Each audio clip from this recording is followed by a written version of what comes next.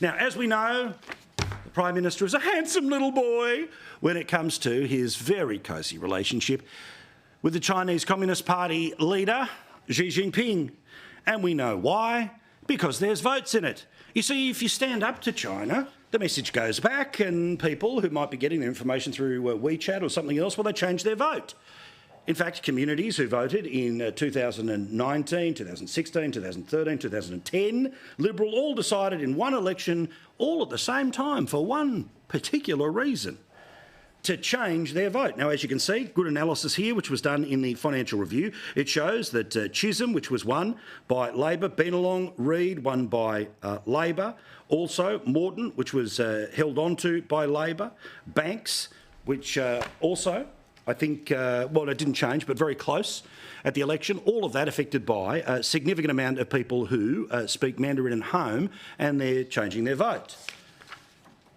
Now, as you know, standing up to China, which results in we'll ban this and we'll punish you that and we'll sort of put, metaphorically, your head on the spike and we'll make sure that we wave it around the village so every other middle power country knows, oh, not to mess with China, because they can cut you off financially, because we as a nation have all been stupid enough to slowly but surely sell this bit off, that bit off, sell this for cheaper, import here, import there, let them make the medicines. You know the story. And even after a global pandemic that literally killed millions of people, that definitely got worse in China and by all common sense started in a lab in China, the consequences, nothing to see here. Because you see, China, apart from its financial power, has found a way to get into the hearts and minds of millions of people around the world via the social media app TikTok, a Chinese surveillance app. So much so that the American government has said that they would shut it down unless the American version of it is sold off because their servers are in China.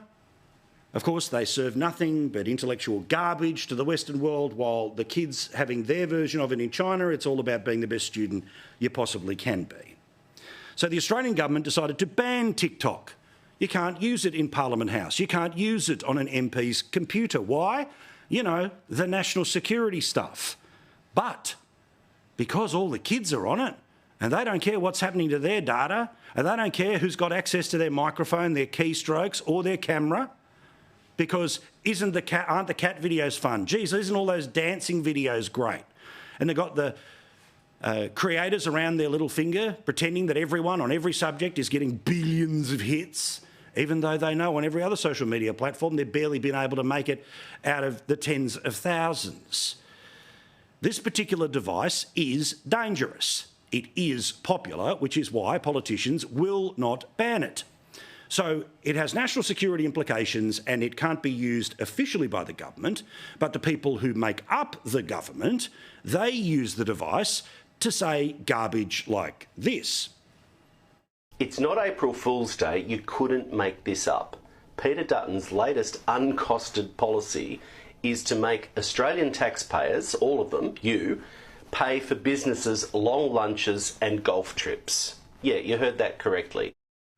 Look, I haven't spent much time pushing back on that rubbish, but everyone who actually understands this policy and lives in the real world knows what it's really about. You see, big businesses are able, when they entertain people, to be able to write off that entertainment, right? Meaning the taxpayer pays for it. Well, of course, the taxpayer doesn't pay for anything. It just means they're able to reduce the amount of money that they have to pay overall in tax. The idea that Peter Dutton has is that if you are in small business and you would like to have a meeting with someone who is one of your suppliers or somebody who helps you out, you would be able to potentially write off, say, a palmy at the pub off your tax. That's it.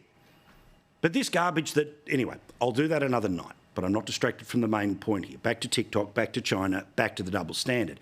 And even though the app is banned from use by a phone that an MP owns, they are still posting to the app from inside Parliament House. This is a cabinet minister doing that.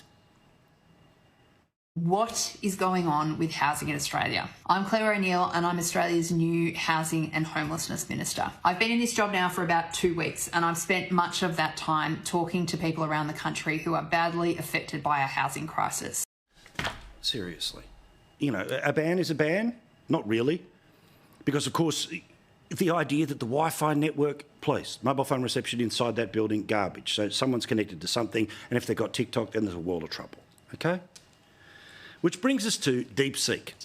Now, DeepSeek is the Chinese knockoff version of what has already been created by other companies, chiefly in America, about artificial intelligence. Now, for those who have not jumped onto ChatGPT or all of the other things that are around, or you haven't downloaded the latest version of something to your Apple software, so maybe all of this doesn't quite mean much to you, think of something that is somewhere between Google, where you ask it for information, and it goes back and collects some of it for you or writes it up for you in a little report, and also Facebook, where you upload the images and then Facebook is allowed to sell the images to advertisers. They're able to sell your direct messages. None of that's private, by the way. Just so you know, if it's free on the internet, you're the customer. But unlike the American situation, where it is the private companies that have the information, the Chinese companies, well, the Chinese government has full access to everything that the data is providing. So it means they're able to know an awful lot about you.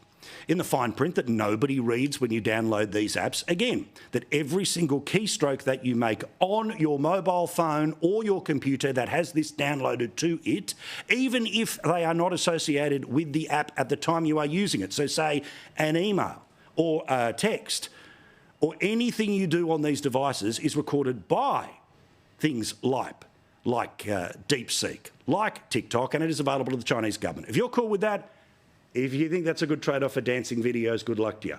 I don't.